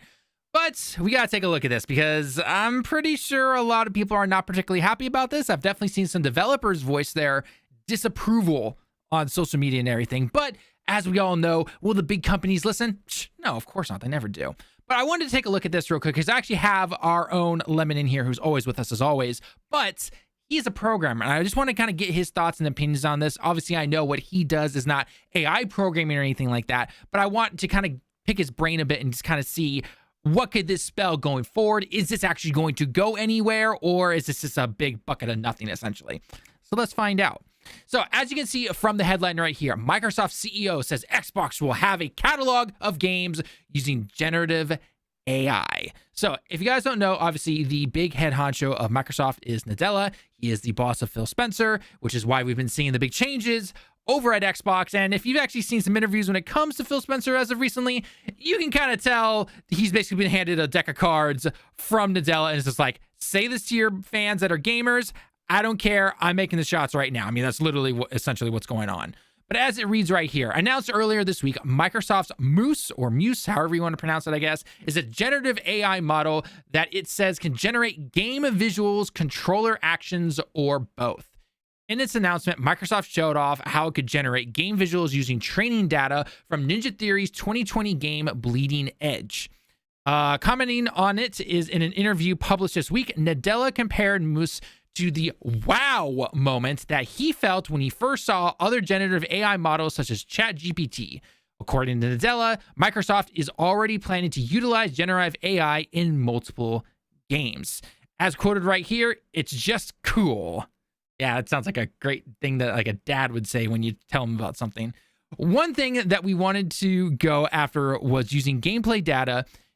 Can you actually generate games that are both consistent and then have the ability to generate the diversity of what that game represents and then are persistent to their user mods, right? So that's what this is. That's a great way to put it, I guess. And here are some actual photos, I guess, of this being used essentially. And I guess take it what you will, I guess. This actually looks good to you. It looks very generic to me personally. I mean, just some of those character models themselves are kind of yikes, to say the least, but you know, it is what it is, I guess. But just based off of that, when I initially like saw this stuff, I mean, obviously you had the giant freakouts online and everything. You had the actual, you know, general concern of like, oh God, are we really trying to now replace those who can actually make games, whether you're developers, artists, you name it, essentially. I mean, they've already been going after voice acting and art and everything for quite a while now. But Lemon, can this even go anywhere? I mean, again, I don't know how much you've really truly looked into this personally per se. And I've seen some of like the clips or people talking about how like, you know, you type into AI and be like, you know, make Red Dead Redemption 3 or make this or just some, you know, insert game title here essentially. And it just looks very miff. So as a programmer yourself, do you think this is actually going to go anywhere? Do you think this has, you know, maybe potential in like 20 years? What are your raw thoughts and opinions on this? I mean, it's like any other AI generation. It's derivative and it's unoriginal. It's going to be affect like Roblox games, right? Mm-hmm. I mean, you might be able to get away with using it for, say, art assets, since AI has been doing pretty good, you know, building out art. Again, derivative, not very interesting. Potentially illegal depending on your view of copyright laws. So I don't really expect a whole lot to come of this. I think it's a way for Microsoft to attempt to justify all the money that they're dumping into AI. I just don't see how this is really going to really move the needle anywhere other than scaring people, scaring the unions that are already scared of AI, as we're seeing with voice actors right now. Mm-hmm. And I don't think it's going to make good games. And I don't think, I mean, the industry's already hemorrhaging people in terms of employees, just all these layoffs and in crunch time, no one's really, they get laid off. They're going to go back to making games. So there's a huge brain drain coming there. I mean, I think I think the timing of it's bad, and I don't think this is going to go anywhere. I mean, as you said, they don't look good. Yeah. It doesn't look fun at all. Yeah. So, yeah. I mean, the generic pictures that we simply showed you here are you literally search online like Xbox AI photos or whatever you want to do. Just type it into Google, type it into Twitter, wherever you are, essentially, right? But this I definitely saw flying around a little bit was this quoted tweet right here saying, in fact, when Phil Spencer first showed it to me, where he had an Xbox controller and this model basically took the input and generated the output based on the inputs, and it was consistent with the game, apparently. And it's just like, that's word salad. That is word salad right there for one thing. But second, I'm just like, what? I mean, again, and you also obviously have to know Nadella's not a gamer or anything like that. So the dude doesn't know shit when it comes to games. He's the big head honcho. Whatever is told to him, he'll either look at data, or if he has enough people saying the same thing, he's gonna be like, okay, do that, essentially, right? I mean, again, that's why we're seeing even the same thing with like Xbox making this third publisher push and everything, because hey, when you spend $70 billion on other companies, guess what? Gonna want to see some return on that investment right there. So, obviously prices go up, people are laid off, yada yada. We've seen it beforehand. So it just, when I look at this, right, it's just it's the typical, CEO, people ahead of the company who are just way out of, they're not even glued to reality when it comes to this type of stuff, right? Because any normal artist, developer, voice actor, you name it, when it comes to video games and everything, would tell you, no, this is a terrible idea. Why would you even consider this, right? But again, the people at the top are like, no, we need to save money, more money for our investors, more profits. Yeah, again, it's the typical stuff we've seen. And if you haven't heard that stuff, get used to hearing it right now, essentially. So again, just like you said, Lemon, I don't think this is really going to go anywhere, hopefully. Or if it is used to make something and, and we find out, or, they disclose it, like hopefully they should, and then we see what type of game it makes and it flops hard, then hopefully that can kind of be like, okay, stay away from this, right? Kind of like the NFT games, unless you're, Ubisoft, who still released one for some stupid reason. Because there was a time, I think it was like 2 or 3 years ago, correct me if I'm wrong, where NFT games were like the push for some of these companies, and then like nothing came of that, essentially. They still spent a bunch of money on it and basically threw it into the fire and wasted it, but nothing came of it. The only people I know of that actually released NFT games are Ubisoft, and then like that whole like marketplace within that particular game was like trying to sell these random figurine things that were used in the game for like millions of dollars or something like that. So it's absolutely ridiculous. So I don't think it's gonna go anywhere, but just keep an eye out and question certain games sometimes if it comes out and you're just like, why does this look generic as hell? And as Little Bobby even says here in the live stream chat right here, Fortnite Lamau. So I mean, yeah, I'm not gonna lie, parts of this definitely are very Fortnite-ish looking. So I mean, especially with the Unreal 5 being the go-to engine for a lot of people because it's easier to hire and all that kind of stuff. Yeah, this does kind of look like that. So, and again, just like you said, Lemon, word salad when it came to Nadella, and Phil Spencer showed me everything. Yeah, and also just as an aside, I mean, the big concern now with AI is that it's ripping off text, it's ripping off music, it's ripping off imagery. AI cannot comprehend what makes a game good because we as human beings barely can do that. I mean, look how many big name games are coming out that are total DOA boring ass games when they come out, right? You'd think if we knew what the formula was from it, what makes a game fun, we'd have a lot less duds, but we don't. There's plenty of duds. So I think also AI is not capable of making a game that we would want to play. It can make approximations, but the approximations of games are going to be way worse than the approximations it makes for art, such as music or text. Right, exactly. I mean, it'd be like, because when I imagine this type of thing, right, it's going to be like, someone could type in, make this game or whatever, make a game that looks like this. And it's going to scour the internet or scour whatever its database is and be like, so this game, Fortnite, this game, Roblox, and this game X or whatever are super popular. I'm going to meld these together and make us a game. This will easily be good because clearly the numbers are here for the people who played and everything, right? And then someone tries it out and it's just like, dude, this is a pile steaming of garbage, essentially. Like, what were you thinking? Like, why would you release this type of thing? So I think the best we're ever going to get is it's going to be like templates. So you get FPS game or racing game, and then you can put give it the prompt, but it's going to be whatever the prompt is plus the template which it's built, because I'm fully expecting just AI just cannot figure out how to make a game work.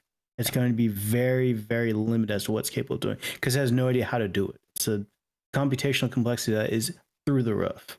Right. The point where we're looking at not even something capable with modern computers. Like we're talking like P equals NP problems.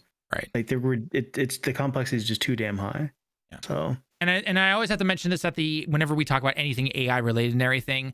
Do not get this mixed up with things like, in-game AI stuff where it's like, how enemies react or how certain things, because those things have been done for years and years and years, right? That doesn't take away from anything. Or there's very specific AI that actually does help game development.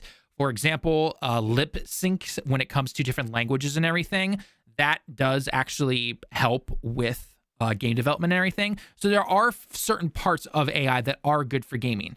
And I know for the majority of people, they do know this, but I always have to kind of just put this as a little thing at the end to say like, hey, not all of it's bad. Just when you see slop like this is the bad stuff.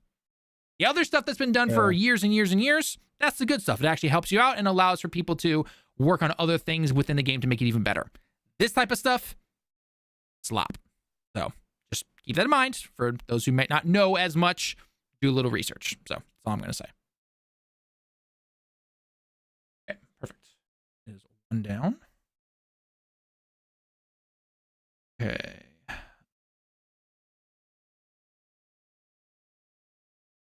All right. This next one's gonna be a little different than what we usually do. For this one, I'm gonna name off like 3 or 4 of these kind of like headline things that were used within the last week or so, and then what I'm gonna say is, okay, for the first one, what are your thoughts on this? Do you think it? Do you agree? Do you disagree? Type of thing. Okay.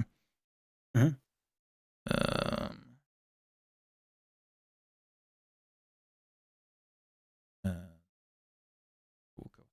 Okay. All right, let me just quickly get some water and then we'll record this. Sounds good.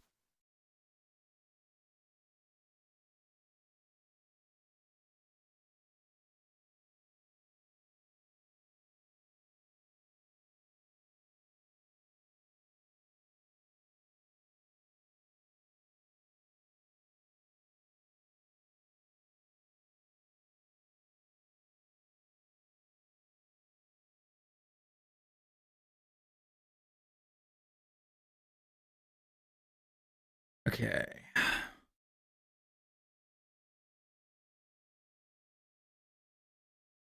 All right.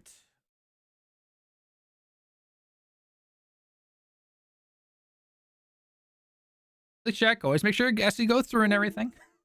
Dude, I'm going to be doing that till like I'm dead in a grave and be like, did you check real quick? Was it measure twice, cut once kind of thing? Yeah, exactly.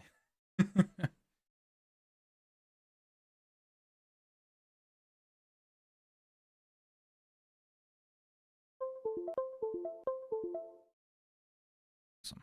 Okay. I don't want.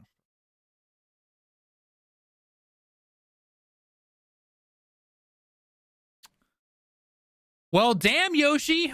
Or sorry, Yoshi Da, not Yoshi. I thought Yoshi P for a second. I'm like, wrong guy. I know that sounds absolutely terrible, but yeah, okay. All right. Damn, Yoshida, just dropping all the secrets for us, aren't you? I'm not gonna lie. This is not something normal that we would see from a guy over in Japan when it comes to leaving his work and everything. This is kind of almost frowned upon for the most part. But Shuhei Yoshida has come out with tons of interviews after 31 years of being at PlayStation. And he's kind of just dropping secrets left and right. Some of them make a lot of sense. I mean, especially if you just, think about it for a couple of minutes. Others parts of it, though, it's just kind of like, Oh, damn. Jeez, what the heck is going on? So there is a lot of stuff that has been said over the last like week and a half to almost 2 weeks when it comes to Shuhei Yoshida. Great guy. I actually got to meet him once. I doubt he remembers me or anything. It was at the indie area within the Tokyo Game Show. I shook his hand for like a couple of seconds, said hi, and that was about it. So, but regardless, like this guy is pretty well known within the gaming space. He's well liked. He's a very down to earth type of guy and everything. But again, a lot of stuff has been released / talked about ever since he officially left PlayStation, again, after 31 years. And keep in mind, this guy used to be near the top when it came to PlayStation. And then he got moved over to the indie area after PlayStation was not exactly doing the greatest there and everything. And then again, this last week and a half to 2 weeks, whether it was talking with Last Stand Media or who was it? Greg's Funny or whatever his name is. I don't remember off the top of my head. But regardless, like he's been dropping a lot of really interesting information. So there's a lot of stuff to go here. So check the timestamps down below if you want to know exactly what these are. But I'm gonna go through the big ones that I personally found myself, and then I want to go over each one very quickly, just bit by bit. So one of the probably the most interesting ones to start off with first was that when it came to Japan studio closing, if you guys don't remember, that was closed a while ago, and then actually a good chunk of that team was then put into the team that made Astrobot, which funny enough to go on to win Game of the Year and everything like that. But basically, the former PlayStation executive said that the market became really difficult for Sony Japan, which contributed to the studio's closure, especially within the AA market. Another one that he had with Last Stand Media was kind of confirming when it came to first party, second party, and third party games, which this one isn't, I think, as much of a oh my gosh moment type of thing, but it kind of just clarifies things. First party is basically Sony-owned IP published by Sony Interactive Entertainment, including Sony IP games developed by external companies. Second party is games funded / co-founded and published by Sony, but the IP is not owned by Sony. And then third party exclusive is exclusive titles not published by Sony, PlayStation, referred to as partner titles. So that's just another thing right there. Another thing that was interesting was the fact that he actually got to play The Last of Us Online and actually thought it was great, which is the complete opposite of what we heard when it came to the rumors and everything about how Bungie came in and kind of looked at it and said, yeah, this isn't really going to work. Where in reality, it turns out that Bungie more kind of along the lines just basically said, okay, just know this is what you're going to have to do for a live service. And then Naughty Dog was like, oh, but then we couldn't make our other games that we want to make. And they're like, well, you got to pick one. So, which does line up more with their initial statement when they did cancel this game flat out. But it also is, a lot of people are obviously asking like, well, why couldn't you have a separate team work on this and let the main Naughty Dog guys work on, in this case, the Intergalactic Stellar game or whatever that's coming out. So that's something right there.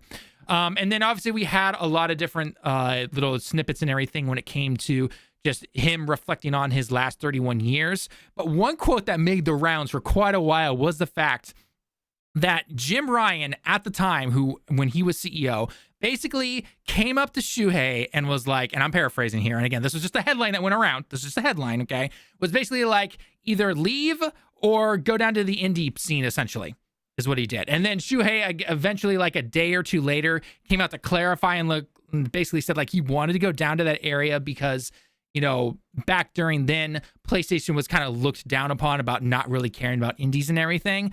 So when he did that, it actually turned out really well for them. And we even got to see some of the work that he worked when it came to things like even Stellar Blade, where he went and he talked with the team working on Stellar Blade at the time over in South Korea. And Stellar Blade turned out to be a really big hit and success. So, and it's now even coming to PC. So, but when everyone saw that headline, like, we're just like, I mean, yeah, maybe he didn't literally come up to you and give you that ultimatum right there. But at the same time, it wouldn't surprise me if kind of was the case right there. So again, I wouldn't be surprised if we see more things going forward when it comes to a lot of the stuff that Shuhei is going to talk about, whether it's in interviews or anything like that. But it does kind of paint a interesting picture when it comes to PlayStation. I'm just going to use that word right there. But joining me as always is our very own Lemon. Lemon, lots of stuff obviously I just talked about. I know it's kind of maybe maybe gargling up the brain a bit there. But let's just take it bit by bit. I just want to kind of get your honest opinions on it. So the first one that I want to cover, which was the kind of the most interested in me, because a lot of people were saying one thing on social media, but as we can see, that was not necessarily the case here. So the first one I want to go over is the whole Japan studio closed because the AA market has disappeared, according to Shuhei. And this kind of goes, we've talked about this a little bit here on the channel sometimes, where, you know, people have said, right, you know, where's all the AA games? Why aren't you doing this, this, and this and everything? And then when those kind of games do come out, or they are released and everything, nobody buys them. And then they, you know, close the studios and everything. You know, one of the quotes right here says, most of the IPs that Japan studios had were in that smaller AA size group, and the market became really difficult for these type of games. For example, after Gravity Rush 2 tried to come up with a new concept, but we are not able to greenlight any of this new concepts, even though they were really interesting. And that is, I think, unfortunately, due to the low sales and everything. So again, I know you and I have talked about the whole AA scene for a while now. What are your thoughts on? Do you agree with this? Because a lot of people online were saying, no, because you're not marketing it properly. You're not doing this, this, and this. But people still don't buy the games, even later down the road, essentially. So do you think he's off base here? Do you think he's right? What are your thoughts on this for this particular category? So AA games, I feel like were kind of in my mind, two big reasons why they kind of disappeared as the industry, not just Sony, but as an industry, why they kind of disappeared. And the first one was indie games just popped off. I think with Braid on the 360 really kind of showed people, hey, you can have smaller games made by smaller studios that blow up in size, but also are able to be, released on these consoles. And I think that really kind of, kickstarted the whole indie game scene. And that kind of filled the same niche that AA games sort of did. Right. And the other thing, I think the other issue is just the cost of games, even back in that era, as you get into a PS3 and a PS4, there is a base, line where how much a game costs. You really can't go a whole lot below. And I think with AA games, the I guess the cutoff in which, how worth it is it for them to make these games versus either pushing them to indie or pushing them to AAA, I think was pretty narrow. So indie games got, bigger and bigger and bigger, and AAA games got bigger and bigger. But in terms of budgeting, I don't think AA really made sense anymore. The profit margins were just too slim for it to be worth their time, which of course led to Ape Escape not getting more games. I think if we want AA games to come back, and I think indie games are kind of filling that AA space pretty well, like the bigger indie games like your Hades and stuff. I think it's kind of AA in my mind at this point. Right. So I think that's kind of where it should be at. I think Sony should have like an indie section of their company for all these crazy ideas. I think that would probably do them work, just because indie games like Blatro, there's no way that game costs that much to make, but it's selling like gangbusters. You tell me Sony couldn't get some rookie devs out of school, throw them like, hey, just have a game jam, see some cool ideas, make them small teams, and then throw them out the door. Like that seems like a good idea, and I don't know why you don't see that more often. I think Nintendo at this point is probably the only company that's really pushing any innovation like that. I think Sony and Microsoft I don't really know if Microsoft would care about that anymore, but Sony could potentially do that. And then they could, like we saw with Astrobot, these games pop off, they get really big. Maybe then they can get bigger and bigger and bigger budgets for their sequel. Right, exactly. And I'm not going to lie, I honestly thought you said grab a bunch of people out of school and just throw them into a closet and get to work. Yeah, throw them in a closet, get them just smacking their hands of keywords. You'll get something out of them. You'll get something out of it. Yeah. You will not be able to leave this goddamn closet until I see some goddamn games coming out of here. Too true on that one. Too true. All right, then stepping over. Okay, so bottom line, yeah, it's kind of the same stuff we talked about when it comes to AA. Unfortunately, the indie scene seems to basically have filled that gap for right now, and hopefully, eventually, we do start to see things with hopefully the success of Astrobot. Maybe we will see these other older IPs come out, make a return in some form or fashion. Whether it's again they hire a small team like you just mentioned, and they give them the IP to Ape Escape or something like that, right? And just make it small. And if it does well, then that is your chance right there, gamers, to vote with your wallets. So, hopefully we get to see something like that. But moving on over to something that technically should have been bigger, but then got canceled and everything, was so if you remember, obviously, when the Last of Us Online, now granted, I know you and I didn't really play The Last of Us 1 online or anything like that, and it wasn't really in our top like big picks or anything like that. But at that time, though, when it did get canceled, it was all that rumors going around or the talk about how Bungie came in, because it was right after they got bought by Sony. Bungie came in and was like, hey, this isn't really going to work, essentially. And then a little bit later, they had it officially canceled on their official page and everything when it came to Naughty Dog. But then Yoshida comes out and is like, yeah, I got to play it, and it was actually great. But then we found out a little bit more details, essentially saying that, yeah, it was good, but when the team found out that they'd have to be working on just that and not be able to work on other games, they're like, oh, yeah, we want to be able to make this. There's even a quote here saying, the idea for The Last of Us Online came from Naughty Dog, and they really wanted to make it. But Bungie explained to them what it takes to make a live service game. And Naughty Dog realized, oops, we can't do that. If we do, we can't make Intergalactic the Herald profits. So that was a lack of foresight. Now, can I just quickly say right here before I get your personal opinion on this, Lemon, that if Intergalactic does not do well, I know Naughty Dog's got their name and everything, but if that game does not do well, the amount of people going online being like, I wonder how good that The Last of Us Online game would have been. But anyway, what are your thoughts on this? Going back to when we initially heard that it sounded like Bungie was the one standing in the way of this game coming out, and then they eventually canceled it. Granted, they did say themselves, Naughty Dog, that they did not want to, or they wanted to work on other games, and only working on this was not going to allow that. To come find out that it actually is probably looked pretty good. I mean, Yoshida, he knows games. I mean, he's definitely greenlit a lot of games that have done pretty well overall. But Naughty Dog still said no. They didn't even try to hire a separate team to work on it after getting it released. So what are your thoughts there? I mean, you kind of hit the nail on the head. I was about to say the exact thing you just said. There's zero reason why Sony couldn't have had their usual ground, or any developer in this case, have their groundswell of employees working on a game. When it ships, they reduce the headcount. That's kind of what you do with any project, games or otherwise. I have zero idea as to why they wouldn't do this well when the game gets released, or at least 1.0, and then ship it to a different company. Give it to a support company or something. Give it a Blue Point. You have all these other teams that could have been working on it. They said, no, let's cancel it instead. So that's literally just lost money at that point, right? Seemed like such a fumble to me as to why they didn't at least keep going with it. If the story's true that Bungie's like, yeah, it's going to kind of take over your whole studio, you'd think, maybe the studio heads at Naughty Dog would be like, oh, we don't want that. We want to keep making our own games. They would then let that one go up the chain, and the higher ups at Sony would hear that, oh, okay, well, maybe we can pivot a chunk of the team working on it into making a new studio to support this game, right? This seems like an absolute blunder upon management at Sony, which we've been seeing them doing nothing but L's for the last 5 years. I mean, at this point, we're in Ken Kutaragi levels of ego, and we're seeing them tumble so much harder than they did with the PS3 launch. Like, this is ridiculous.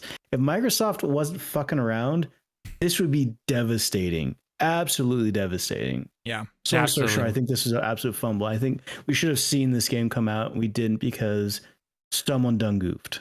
And this can actually lead into the final bit here, but part of me kind of imagines that the reason they didn't do that is maybe because Jim Ryan was just like, I already approved all this money to get you making this game. I'm not going to hire another team, even though they spent millions of dollars on Concord. But, again, we've beaten Concord to death at this point.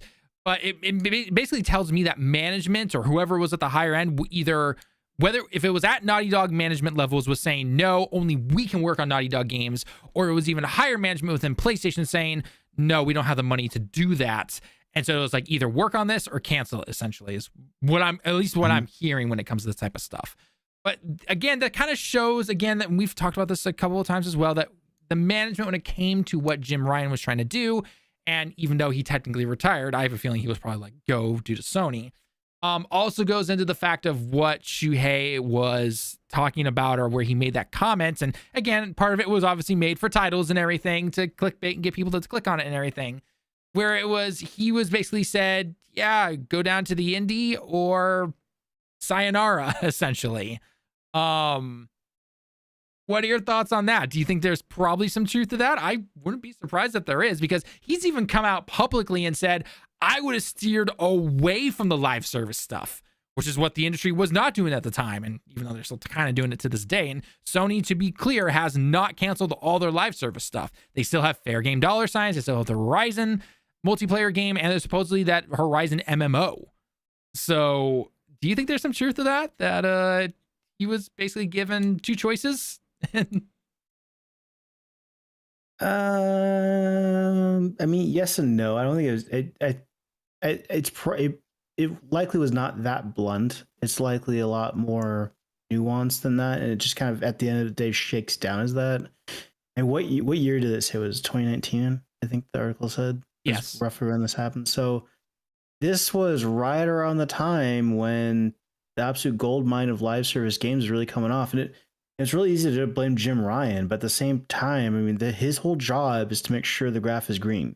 As long as line goes up, everything's hunky-dory. Well, who are those people who are demanding that of him? It's the board and it's the shareholders. So I think Jim Ryan, despite being the villain at this point, I mean, I think his hands are kind of tied. He had to do a hard shift of the company to appease the shareholders. Why? We're just talking about AI. Why are these companies doing all this hard push of AI? Same reason. You have to appease the shareholders. And so maybe Yoshida didn't like the idea of live services. Internally was pushing back against it. Oh, well, seems like you're not a team player. Maybe you should, become a team player. We only need team players on our team. So kind of getting pushed out the door. And Yoshida maybe was given that as out of go back to indie. You can go there, looking backwards, not looking forward at live service games. Yeah. So that's my guess. Yeah, I mean, yeah, like, hopefully I said that enough already where it's like, obviously it was not that blunt. He didn't push him against the wall with a hand, by his head and go, indie or out. Take your pick. 5 seconds, obviously. All right.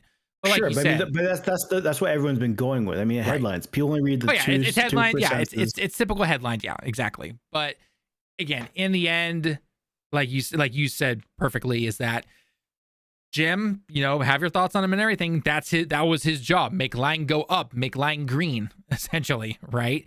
Appease his shareholders. And we saw that the path he took worked for a little bit, although I would probably argue that more of it was just simply, the end of the PlayStation 4 era was still doing so well that it looked like he was doing good at first. But in reality, everything that he's done is just all this live service stuff. And then it's just like, now you have the new CEO and the new CEO or COO and everything coming in and being like, what the F, bro? What's going on here? Like, why are our margins only this percent when it needs to be this percent, essentially? And it's like, you've got two choices: get fired or leave on your own accord. And he's like, I'm out. Mm-hmm. So, I mean, we even saw that with Herman, where he technically got demoted. So, yeah, I'm sure same exact case. Yeah. It was they came in, saw that just isn't working. And you can, leave the company or you can take a demotion. Yeah, pretty much. It's just, it is a little, it's obviously sad to see Shuhei go. I mean, the dude, again, he did so much for not only the indie scene, but getting smaller teams working with PlayStation to then get us to then see other games. Again, the most popular one or the most well-known one would be something like Stellar Blade.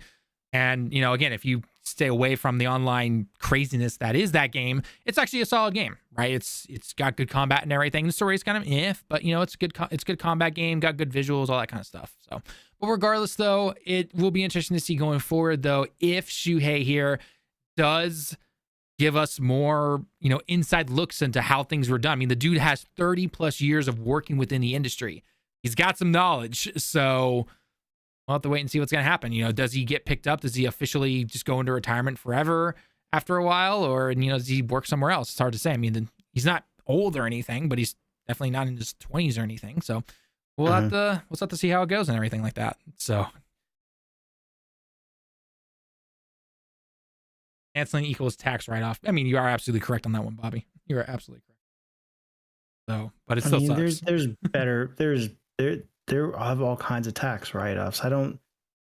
There's no way that canceling there, because it really doesn't make a bomb on their bottom line. The tax write-off part, I'm sure they find other things to fuck around with. I mean, I'm just a little bummed at what could have been. It seems like a really shitty reason. I'm sure there's probably a better reason that actually happened, because this one seems kind of weak sauce.